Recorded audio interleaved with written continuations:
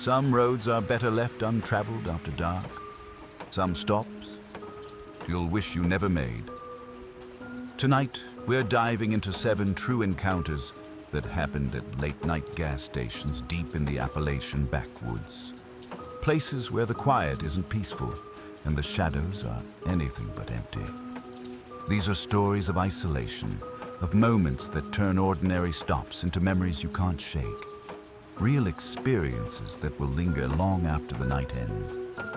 Before we get into it, make sure to hit that subscribe button if you haven't already. Give this video a like and share it with anyone who loves a good scare. And I want to hear from you.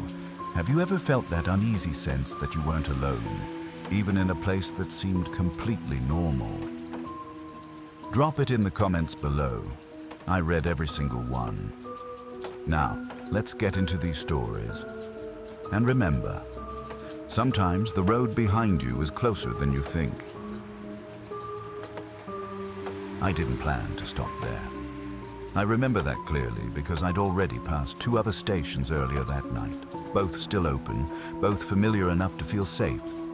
But the road through Deep Appalachia has a way of stretching longer than it should. And somewhere after midnight, the fuel gauge dipped lower than I was comfortable with. The GPS showed nothing ahead for miles. When the glow of fluorescent lights appeared through the trees, it felt less like relief and more like resignation, as if the road had decided for me. From a distance, the station looked abandoned. Paint peeled off the canopy in long strips, and the sign out front flickered without showing prices. No cars, no movement, just that low electrical hum you can feel in your chest before you hear it. As I slowed, the lights over the pumps snapped fully on, too sudden, too deliberate. It felt like something waking up. I pulled in beside a pump that was already running. The numbers on the screen ticked upward on their own, clicking softly as if someone had just stepped away mid-fill. I stood there for a second, listening. No wind, no traffic, just insects and that hum overhead.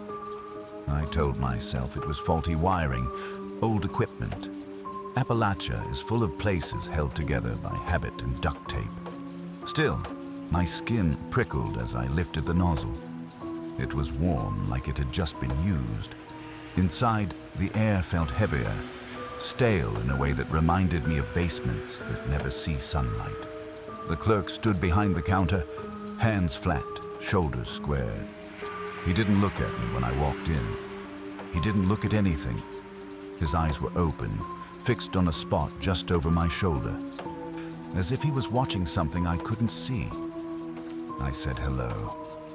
He didn't respond. When I set my card on the counter, his hand moved instantly, fast enough to make me flinch, but his gaze never shifted. Up close, his face looked wrong in subtle ways. Not monstrous, not disfigured, just unfinished. His skin was pale, stretched tight, and his eyes were too dry, like he hadn't blinked in hours, maybe days. I asked if they were closing soon, trying to sound casual, trying to anchor myself to normal conversation. He finally spoke then, his voice flat and practiced, like he'd memorized the line long ago. "We never close." The card reader beeped before I could respond. He slid my receipt across the counter without looking down. When I picked it up, his fingers brushed mine. They were cold, unnaturally so. And I pulled back before I could stop myself. For the first time, he smiled. It wasn't threatening. That almost made it worse. Outside, the night felt different. The air pressed in on me, thick and damp, carrying the smell of gasoline and wet leaves. As I walked back toward my car, the lights above the station began to change. One section of the lot brightened as I stepped into it, while the area behind me dimmed, plunging back into shadow. I stopped walking. The lights stopped too. When I took another step, they followed again, herding me forward like I was on a stage. That was when I heard the footsteps. They weren't loud, just the soft crunch of gravel, perfectly timed with my own steps. I stopped, They stopped. I turned around, heart hammering, and saw nothing but empty concrete and dark woods beyond the edge of the lot. No one. No movement. I told myself it was an echo, my imagination feeding on nerves and lack of sleep. I forced myself to keep moving. The footsteps came back, closer this time. I could feel them behind me, a presence just out of reach of sight. When I reached my car, my hands shook so badly I fumbled the keys. The lights snapped fully on then, flooding the lot with harsh white brightness. For a split second, I thought I saw shapes at the tree line, figures standing too still to be animals. But when I looked again, there was nothing. I slammed the door shut and locked it, breathing hard. The engine turned over with a reluctant cough before finally catching. As I pulled away, I glanced in the rearview mirror. The clerk stood outside now, centered beneath the canopy, watching me leave. I hadn't seen him come out. The pumps were all running, numbers ticking up, no cars attached. The road swallowed the station quickly, curves and trees closing in, but the glow behind me didn't fade the way it should have. Mile after mile, the light stayed visible, hovering low and steady, like it was following me rather than falling behind. I told myself it was just the reflection of my own headlights, fatigue playing tricks. Still, I didn't slow down. It wasn't until I reached a wider stretch of highway where I knew another town should be close that I dared to look again. The light was still there. I pulled over, heart racing, and got out of the car. The night was quiet in a way that felt wrong, like the world was holding its breath. When I turned back toward the road, the glow was gone. Just darkness and trees. I drove the rest of the night without stopping. When morning came, gray and heavy, I felt foolish for how shaken I was. In daylight, fear loses its teeth. I convinced myself it had been an old station run by someone odd. Nothing more. Still, when I reached home, I couldn't shake the feeling that something had followed me part of the way and only let go when the sun came up. A week later, curiosity got the better of me. I drove back along the same route in the middle of the afternoon, determined to prove to myself it was real. The road was there, the curves, the mile markers. But where the station should have been, there was nothing. No driveway, no sign, just a wall of trees and an overgrown pull-off that looked like it hadn't been used in years. I asked around in the nearest town, careful not to sound crazy. Most people shook their heads. One older man at a diner paused when I described the place. His fork hovering mid-air. He asked me what the clerk looked like. When I told him, his face went pale. He said there used to be a station like that decades ago, but it burned down after hours one night. The clerk never made it out. After that, he changed the subject and wouldn't meet my eyes. I don't stop at unfamiliar gas stations anymore, especially not after dark. Sometimes, late at night, I swear I hear that same electrical hum when I'm driving alone, just under the sound of the engine. And every once in a while, when I check my mirror, I half expect to see a patch of white light where there shouldn't be one. Still open, still waiting. It was raining hard when I pulled in, the kind of Appalachian rain that doesn't just fall, but presses down, swallowing sound and smothering the world until everything feels distant and wrong.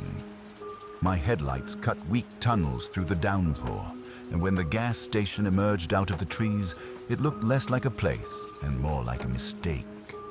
Fluorescent lights buzzing under a sagging canopy, paint peeling, the lot empty except for my car. I remember hesitating at the edge of the pavement, my gut telling me to keep driving, but the fuel gauge was already flirting with empty, and the road behind me had been nothing but darkness for miles. I didn't notice the man at first.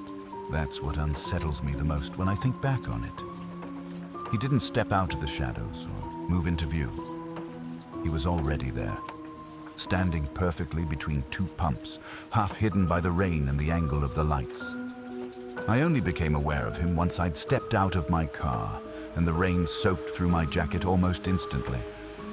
He didn't react to the sound of my door closing, didn't flinch when thunder cracked overhead. He just stood there, still as one of the posts holding the canopy up. I started pumping gas, telling myself not to stare. Appalachia is full of people who don't like being noticed, especially late at night. Still, I could feel him, not in a dramatic way, no sudden chills or racing heart, but like pressure between my shoulder blades, the unmistakable awareness of someone watching you closely. The rain drummed against the metal roof, loud enough that it should have drowned everything else out, but I could hear my own breathing too clearly. Every few seconds, I expected him to move. He never did. Not his head, not his hands. He didn't even shift his weight. When the pump clicked off, the silence felt louder than the rain. I forced myself to turn and look at him. His face hit me with a strange sense of recognition, sharp and disorienting. He looked like someone I'd known years ago, maybe someone I'd grown up around, but the memory wouldn't settle into anything solid. His features were plain enough, but there was something wrong in the way they sat together, like a bad photocopy of a real person. When he smiled, it was slow and careful, stretching across his face as if he were practicing it. "Where you headed?" he asked. My stomach dropped. I hadn't told him my name. I hadn't said anything at all. His voice was calm, conversational, but it felt rehearsed, like he'd been waiting a long time to say those words. I answered anyway, because that's what people do when they're scared and trying not to show it. I gave him the name of the next town over. He nodded like he already knew. I went inside the station to pay, the bell over the door clanging too loudly in the small space. The warmth inside felt artificial, heavy. The clerk stood behind the counter reading a newspaper that looked decades old, its edges yellowed and soft. I asked him if there was another customer outside. He looked up slowly, eyes narrowing in confusion. "Ain't been anyone else here all night," he said. When I told him about the man by the pumps, his expression changed, not to fear exactly, but discomfort. He shook his head and told me I must have been seeing things in the rain. I didn't argue. I paid, thanked him, and left, my pulse pounding in my ears. Outside, the pump stood empty. No man, no movement, just rain and shadows. I felt foolish for the rush of relief that washed over me, even as something deeper twisted in my gut. I got into my car and started the engine, telling myself to calm down. That's when I noticed the mud. At first, it was just one print, smeared and wet, forming on the trunk lid as if pressed there by an invisible hand. Then another appeared beside it, fingers spreading slowly, deliberately. I stared at them through the rearview mirror, frozen, my mind scrambling for a rational explanation. Mud didn't behave like that. It didn't bloom into shape on clean metal. The prints multiplied, palms and fingertips pressing in from both sides, as though someone were bracing themselves against my car. I slammed the car into gear and pulled out of the lot, tires spinning briefly on the slick pavement. As I sped away, I kept checking the mirror. The handprints stayed visible for a while, dark against the paint, before the rain finally washed them away. The road stretched on endlessly, the rain easing but never fully stopping. I didn't slow down. I didn't stop. Not even when my phone buzzed with a low fuel warning again. I drove until the sky began to lighten, until the mountains softened into gray silhouettes and the rain turned to mist. By sunrise, I was exhausted, hands cramped from gripping the wheel too tightly. I pulled over at a diner just outside a small town, the kind of place that smells like coffee and grease no matter the hour. Inside, surrounded by people and noise, the night felt unreal, like a bad dream.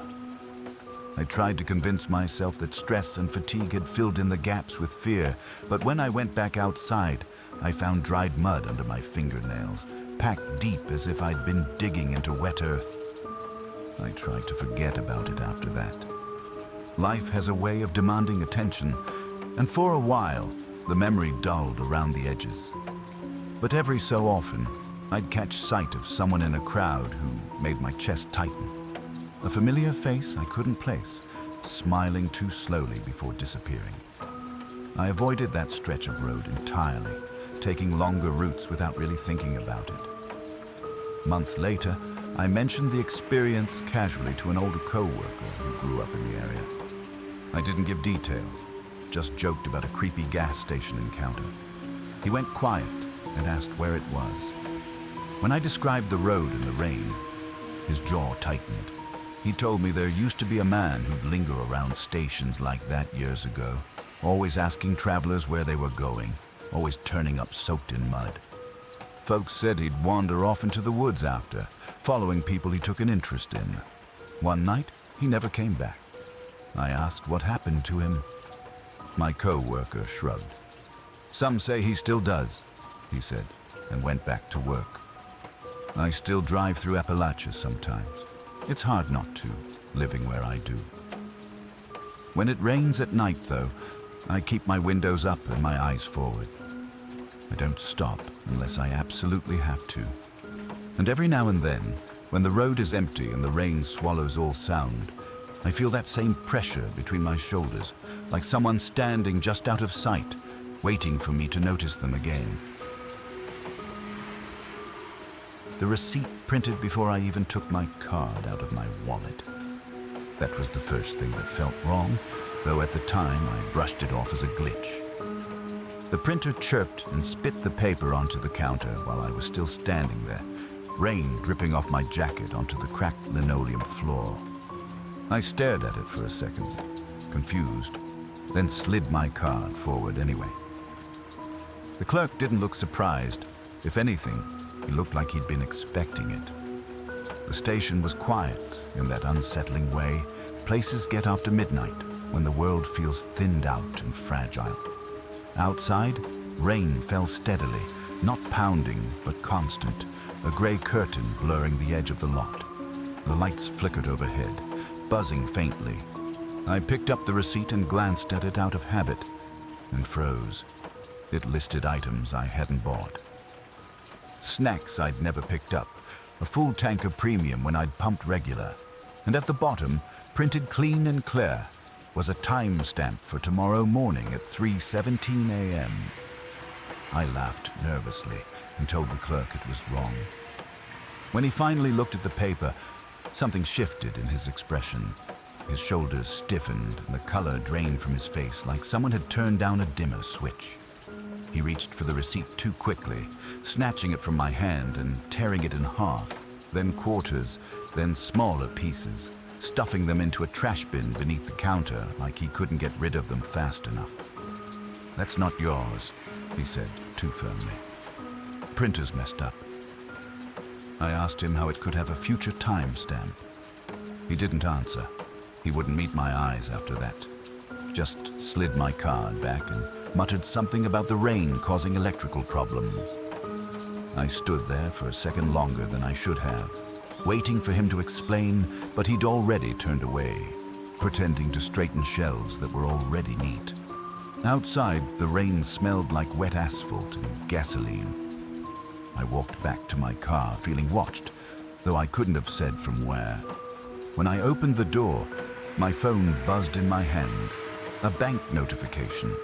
I almost ignored it, assuming it was just a delayed alert from earlier in the day. But when I looked, my stomach dropped. There was a pending charge already posted. The exact amount printed on the receipt I'd just watched him destroy. Same total, same breakdown. I stood there in the rain, heart racing, telling myself it was coincidence. Banks mess up. Systems lag. Still, my hands shook as I started the engine. The dashboard clock read 12:42 a.m. Tomorrow morning was still hours away. As I pulled out of the lot, my GPS chimed softly. Rerouting, it said. I frowned and glanced at the screen. The blue line twisted unnaturally, looping back on itself. The destination hadn't changed, but the route now curved back toward the station I was actively leaving. I assumed I'd made a wrong turn, even though I knew I hadn't.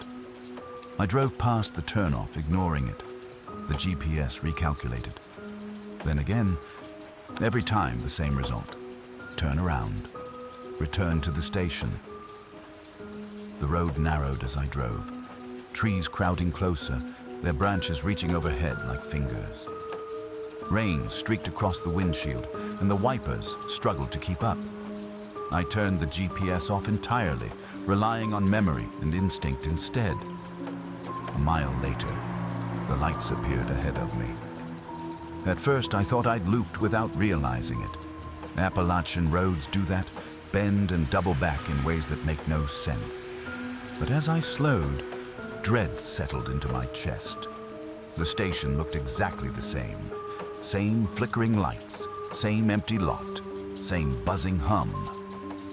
I checked the mile marker by the road. It was the same number I'd passed earlier. That shouldn't have been possible.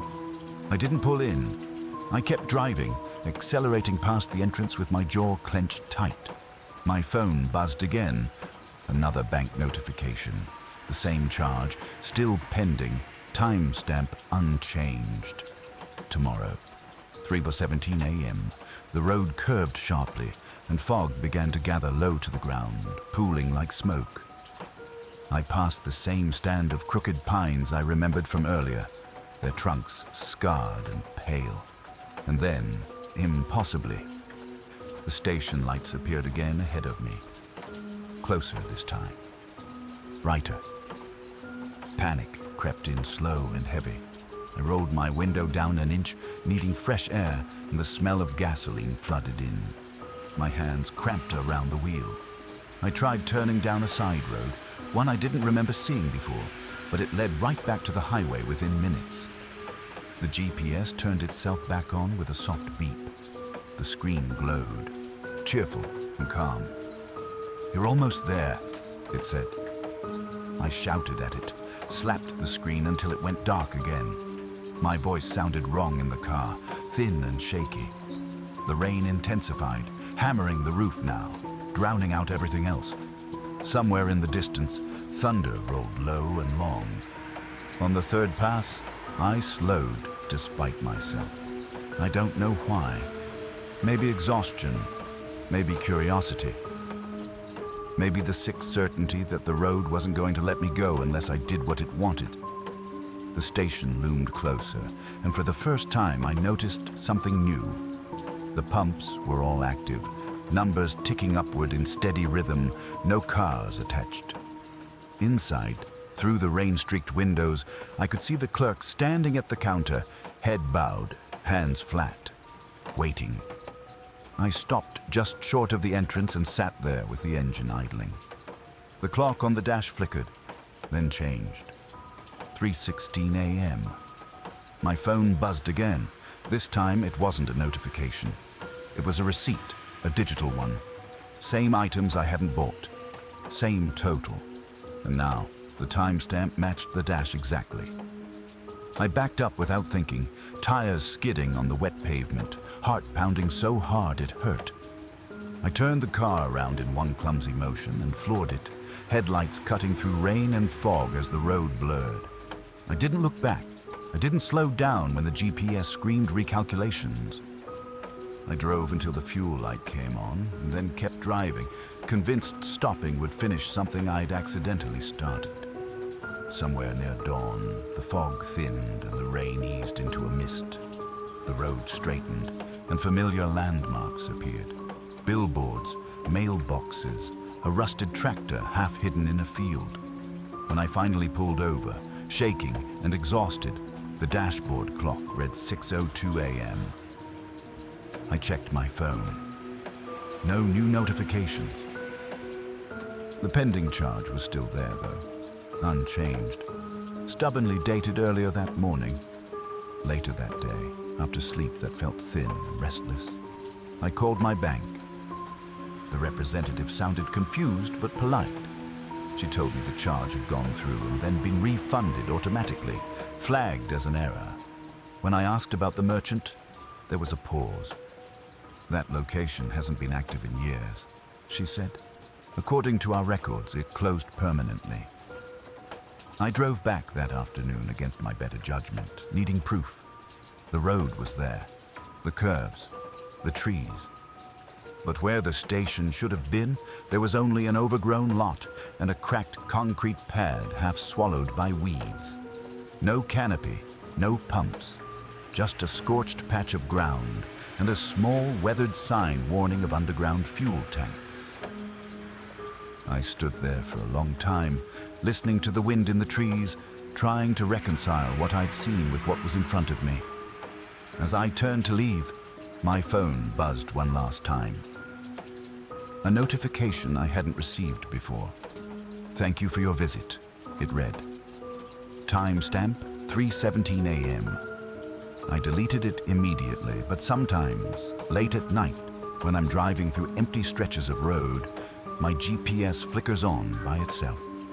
And for just a second, before I shut it off again, I see the route trying to bend backward, patiently guiding me somewhere I've already been and don't want to return to. The clerk told me not to use pump 3 as soon as I walked in, before I'd even said a word. I remember pausing just inside the doorway, rain dripping off my jacket onto the mat, trying to figure out how he knew why I was there. He didn't look up from the counter when he said it, just kept wiping the same clean spot with a rag that had gone stiff with age. "Pump 3's out," he added after a moment. Then, quieter, like he hadn't meant to say it aloud. "People forget things there." I laughed, the way you do when something feels awkward and you want to smooth it over. Asked him what kind of things. He finally looked at me then, eyes dull and tired, and shook his head. "Just don't use it," he said. That was the end of the conversation. He slid the key for the bathroom across the counter, told me to prepay if I wanted, then went back to wiping. Outside, the station sat alone between stretches of forest, the road empty in both directions. The canopy lights buzzed overhead, throwing harsh white circles onto the concrete. Pump 3 stood slightly apart from the others, its light flickering, the screen dark. I pulled up to pump 4 instead, like he'd said, telling myself it was just an old station with quirks. Appalachia is full of places like that, half broken, half forgotten, still clinging to routine. As soon as I started fueling, I felt that familiar sense of being watched. Not sharply, not urgently, but like a low pressure in the air. The woods pressed close to the edge of the lot, trees standing shoulder to shoulder, their branches tangled and heavy. It was quiet in the way that makes you notice your own movements too much. The click of the pump handle, the hum of the lights, my breath sounding louder than it should have. That was when I heard the whispering. At first, I thought it was the wind moving through the trees. Then I realized it was coming from closer, from the dark space beside pump 3. The sound was low and uneven, like someone struggling to speak quietly. I couldn't make out words at first, just the cadence of pleading.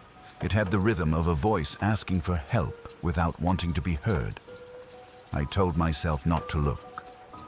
I focused on the numbers ticking up on the pump, willing them to move faster. But the whispering grew clearer, closer somehow, even though nothing had moved. It sounded like more than one voice layered together, overlapping in a way that made my skin crawl. The words started to separate then, fragments drifting through the hum of the lights.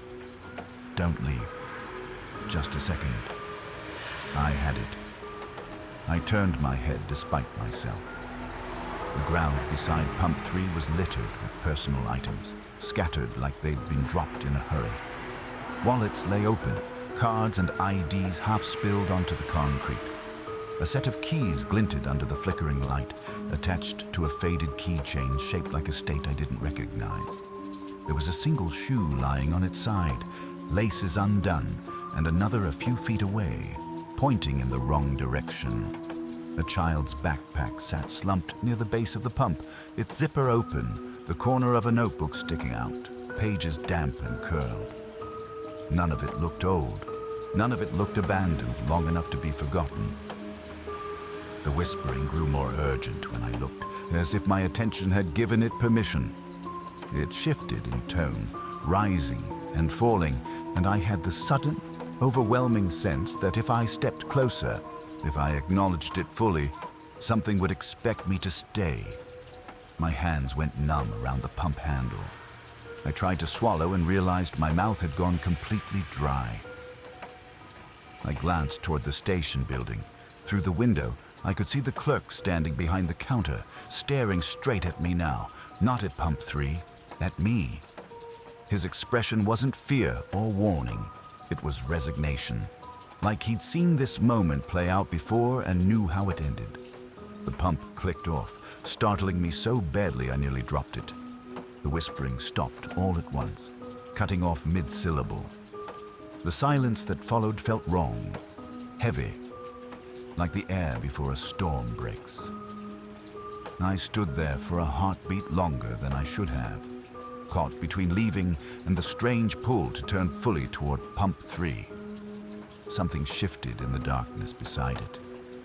I didn't see a person step forward. I didn't see anything at all, not clearly. But the space between the pump and the trees seemed to deepen, shadows folding inward like a mouth opening wider. The smell of damp earth and gasoline grew stronger, thick enough to make my eyes sting. I had the sudden image of myself standing there long after my car had gone cold, pockets empty, shoes mismatched, my own belongings added to the scatter on the ground.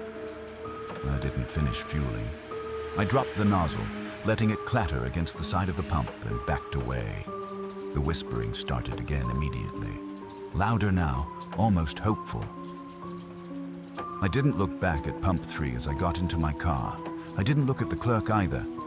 I just started the engine and pulled out, tires squealing slightly as I turned too fast onto the road.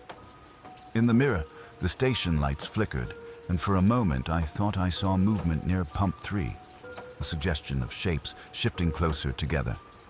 I told myself it was just shadow and fear and exhaustion feeding off each other.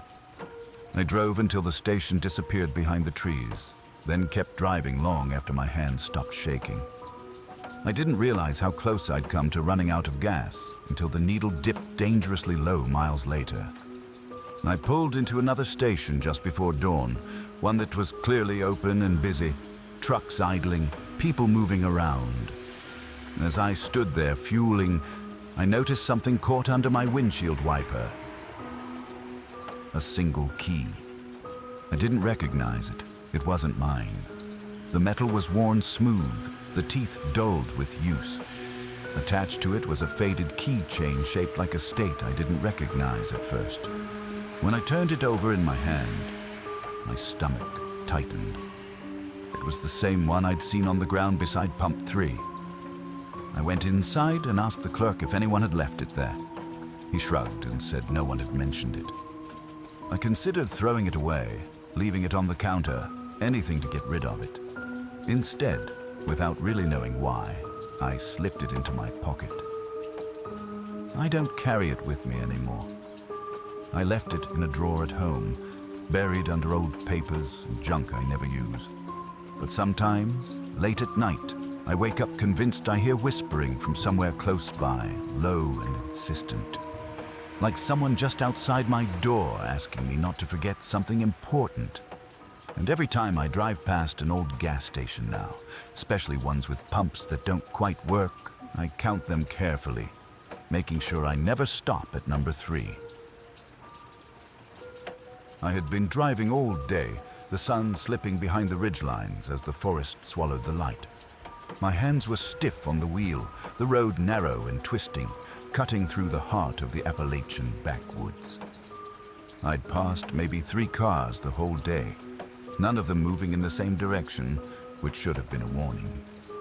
I was exhausted, hungry, and in need of a bathroom, but the few towns I'd passed had been nothing more than shuttered stores and empty gas stations, like the world itself had forgotten this stretch of the mountains. Finally, I saw it. A roadside inn, or maybe a motel. The kind that looked like it hadn't been updated since the 70s.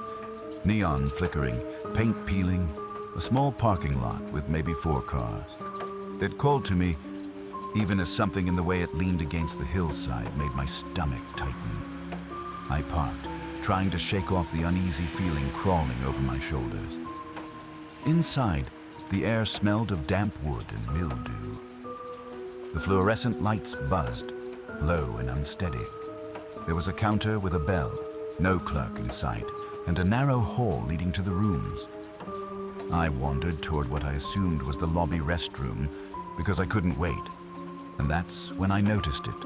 The bathroom key chained to a thick block of wood on the wall, the kind of thing that looked like it belonged in a workshop, not a restroom. The wood was heavy enough that when it moved across the floor, it scraped with a slow, dragging sound.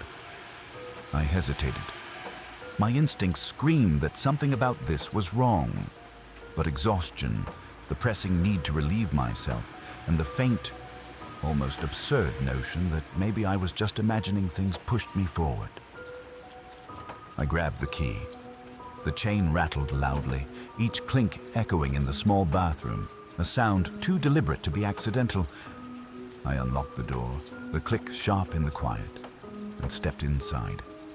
The stall I chose was at the far end, shadowed, corners darkened by years of neglect. I barely had time to settle before I noticed it. The breathing. Slow, deliberate, patient. It came from the stall across from me, though I was alone as far as I could see.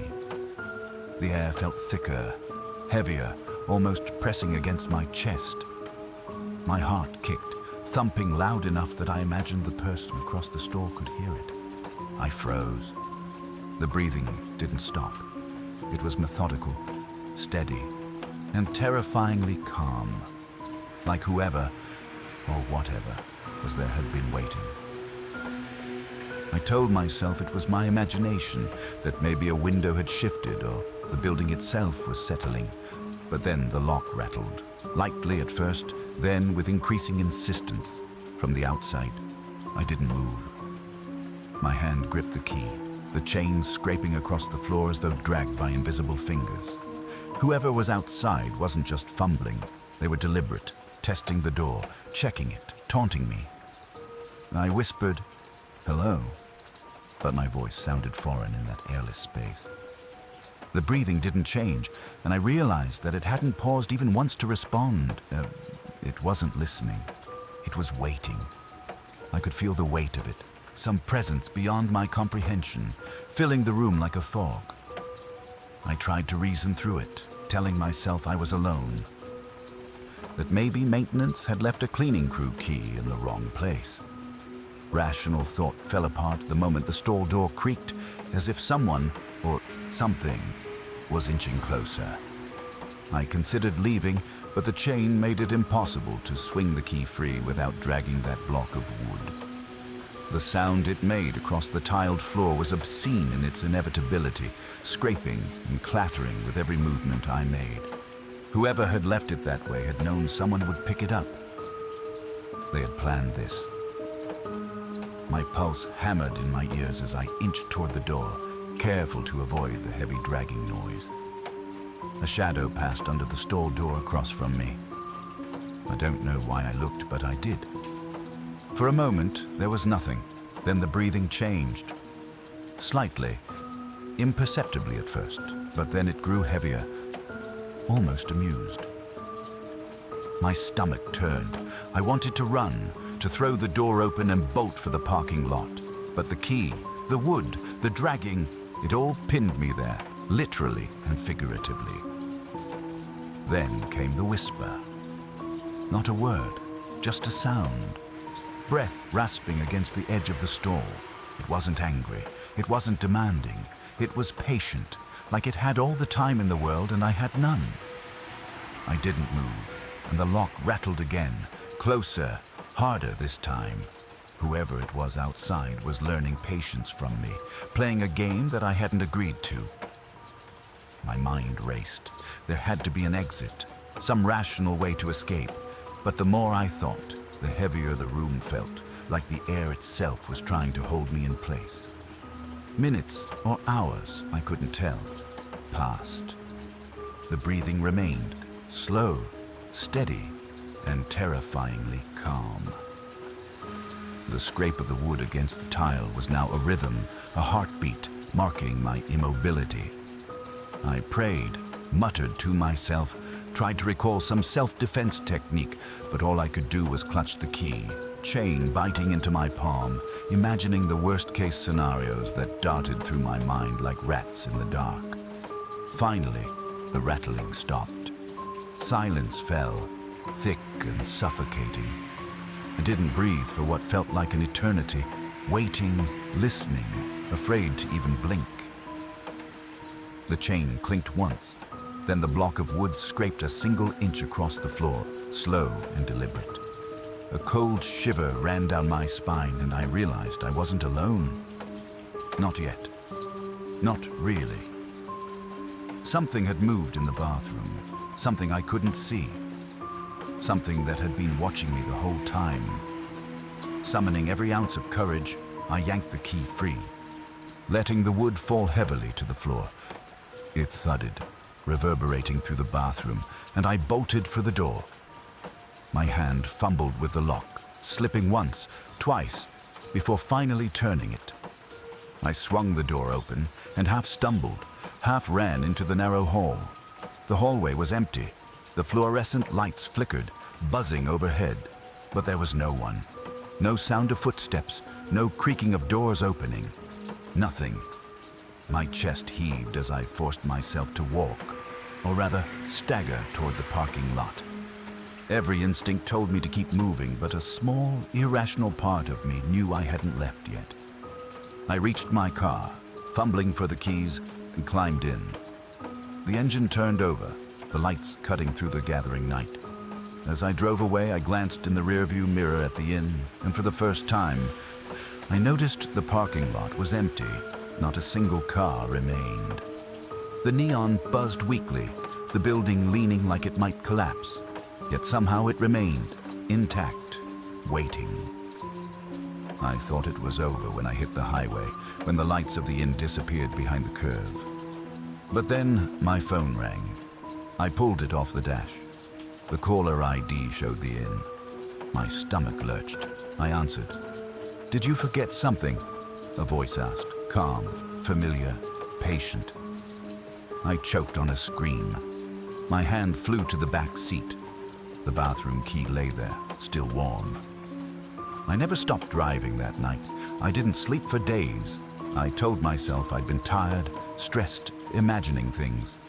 But sometimes, in the middle of the night, I can still hear it. Slow, patient breathing, and the faint scraping of wood across a floor that doesn't exist. I don't know who or what waits in that bathroom, but I do know this. It doesn't want to hurt you. Not exactly. It wants to watch, to wait. And if you're unlucky enough to enter, you'll learn what it's like to be truly patient, trapped in a quiet, small space with someone, or something, who doesn't feel time the same way you do.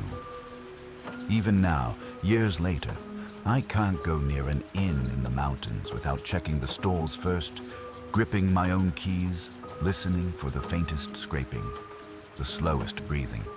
Because that sound, that patient, inevitable sound, it doesn't belong to the living, and it never lets go.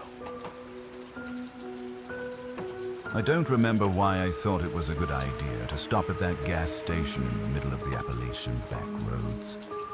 It wasn't on any map I had, at least not the ones I trusted, and the road leading to it twisted through thick woods that seemed to swallow the fading light.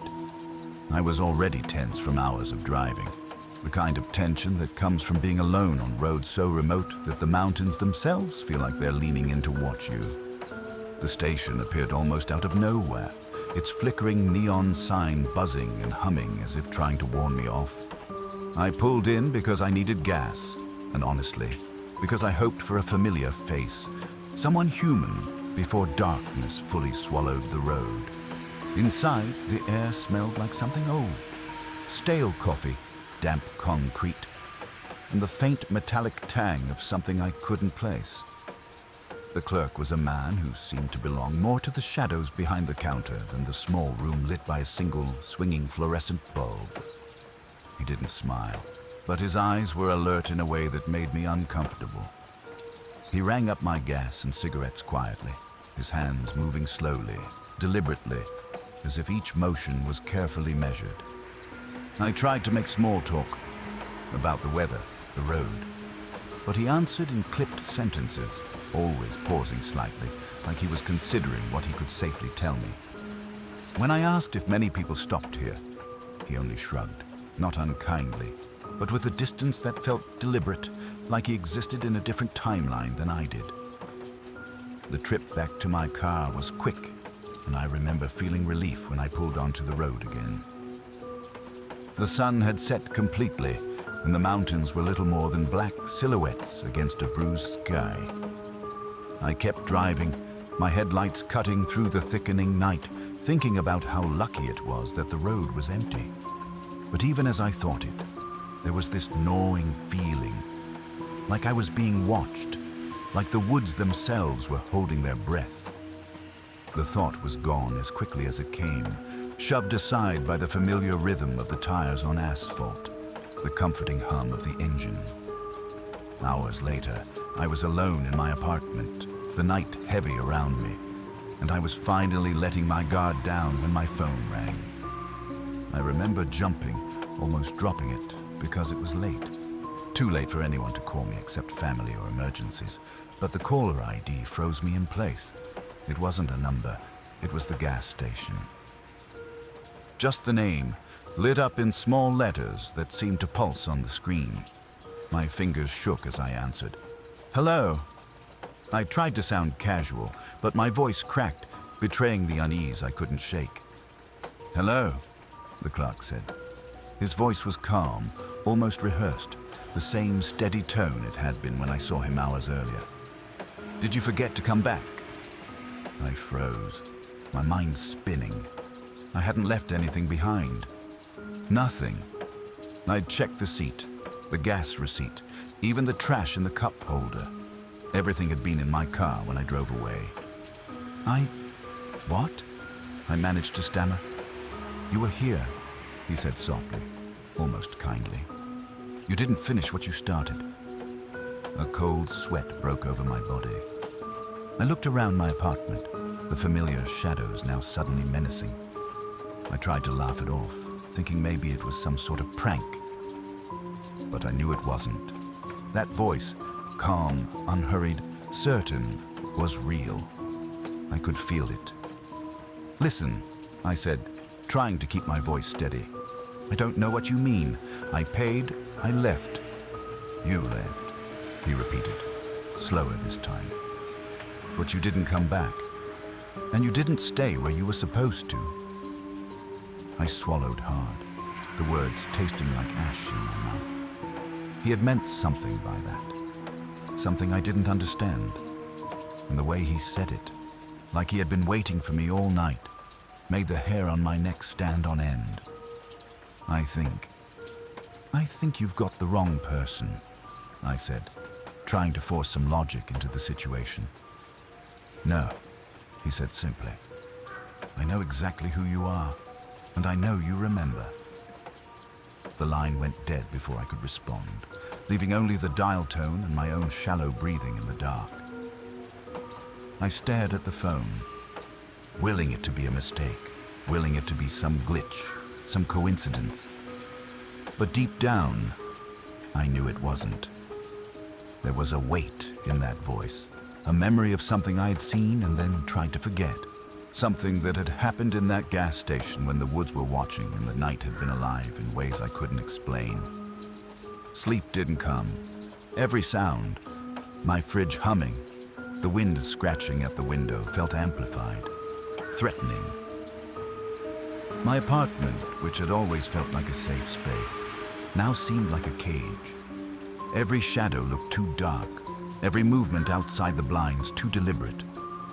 I kept thinking about the road leading to that station, how isolated it was, and how something about the place had felt wrong. Not dangerous in the ordinary sense, but like a place that noticed when people came and went.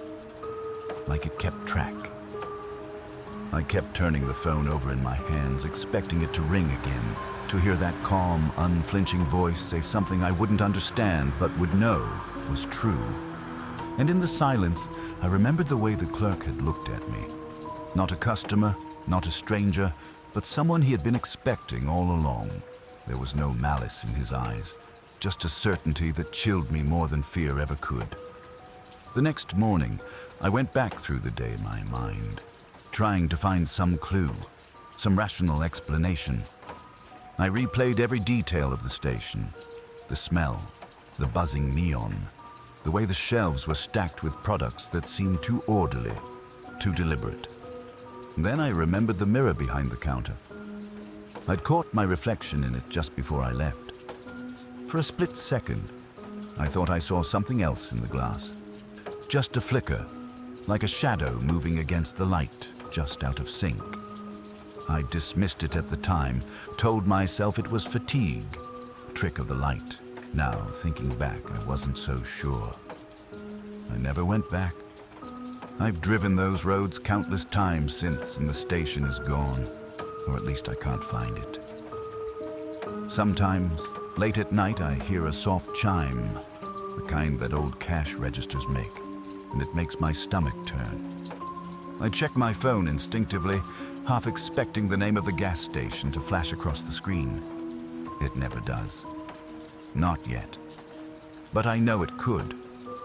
And sometimes I wonder if that's the point, that the place watches and waits and reminds you that some departures are never final. That maybe, just maybe, leaving isn't enough. That the roads we think we're alone on aren't ours to traverse freely. That the things we brush off as coincidence are more deliberate than we could ever imagine. I'll never forget the way his voice sounded, calm and patient, knowing things I couldn't. Even now, hours after the fact, I can feel it in the back of my skull, a quiet insistence. You didn't come back. And I don't know what he meant. I don't know if I ever will. All I know is that somewhere out there, in those winding Appalachian roads, the gas station exists again, somewhere just out of sight, and it remembers.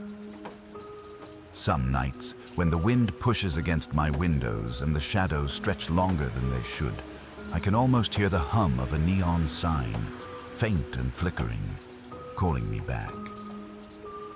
And I'm left with that gnawing certainty that some places don't let you leave. Not really. And that some memories are more alive than the people who hold them. I tell people it's a story, that it's paranoia, but in the silence of my apartment, when my phone stays still for hours, I know better. I know that somewhere, quietly, patiently, something is waiting. And I can't help thinking that maybe one day it will call again.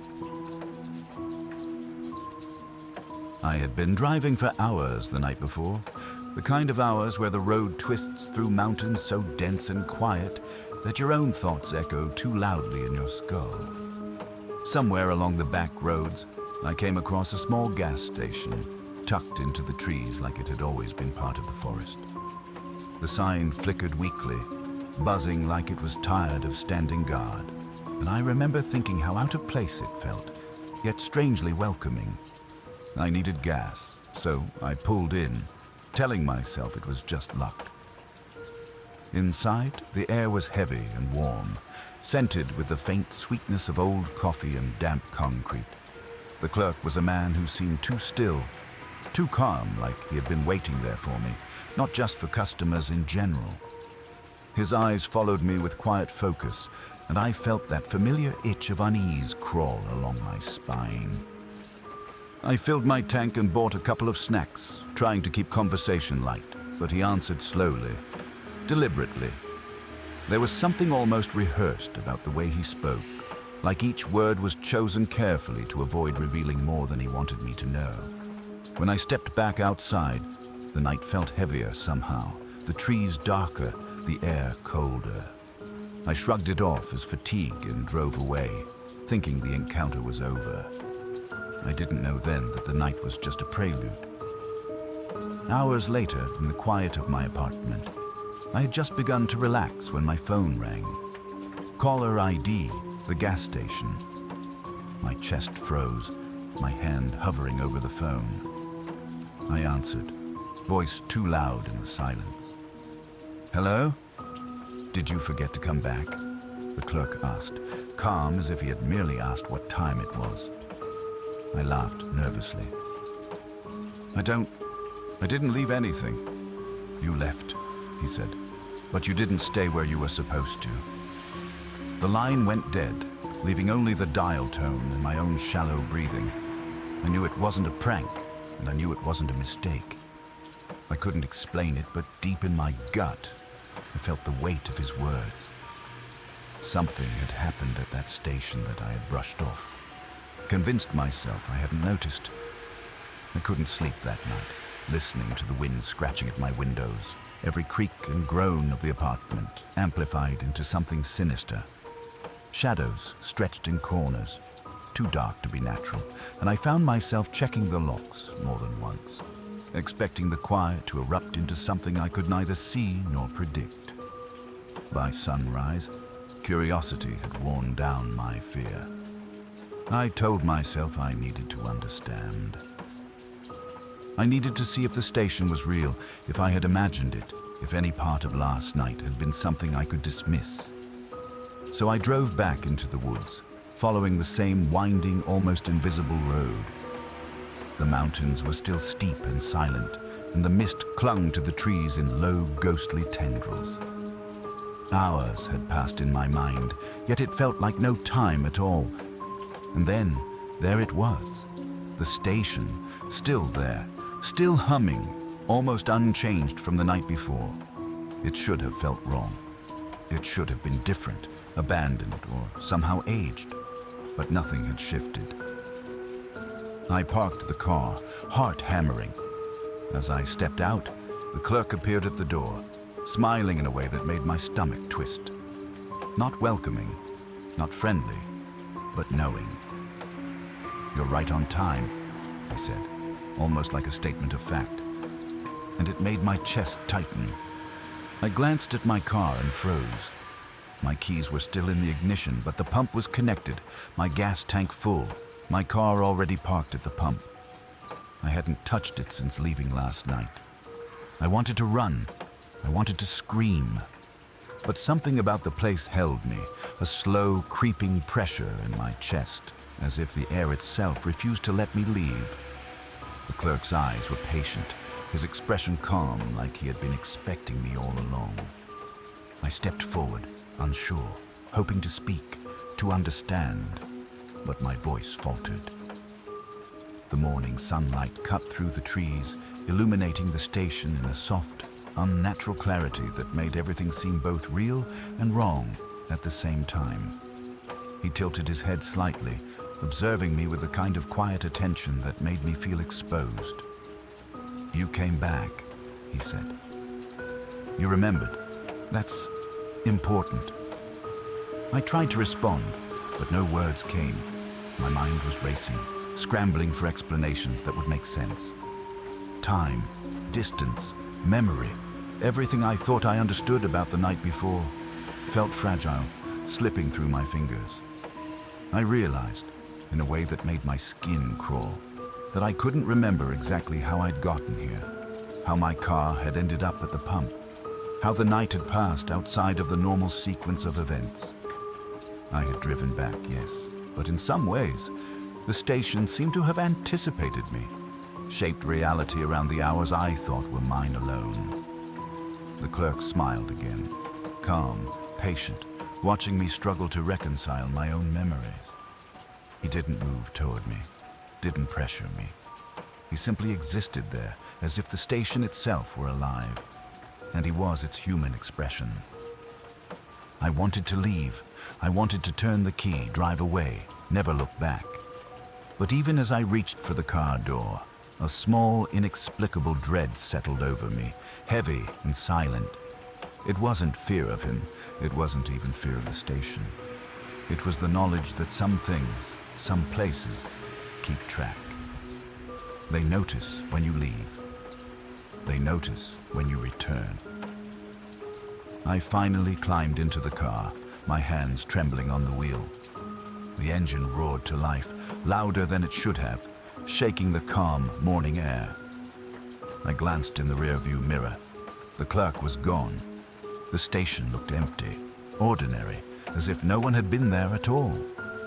Yet the feeling lingered. I could still feel his eyes, the weight of that smile, the certainty in the way he had said I was right on time. The drive home was tense and silent.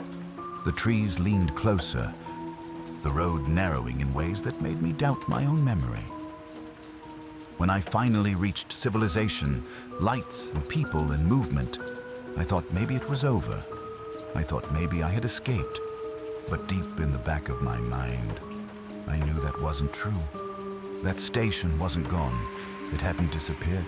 It was waiting somewhere, quietly and patiently, shaped by the same logic that had brought me back, that had positioned my car at the pump, that had measured my return down to the exact moment. I've driven that road since, more than once, searching, hoping for some rational explanation. But I can't find it. I don't know if it exists outside of my own memory, if I was caught in some cruel trick of perception, or if it is exactly what it felt like. A place with awareness, a place that notices and waits. Sometimes, in the silence of my apartment, I imagine the soft buzzing of a neon sign, faint through the trees, welcoming me back.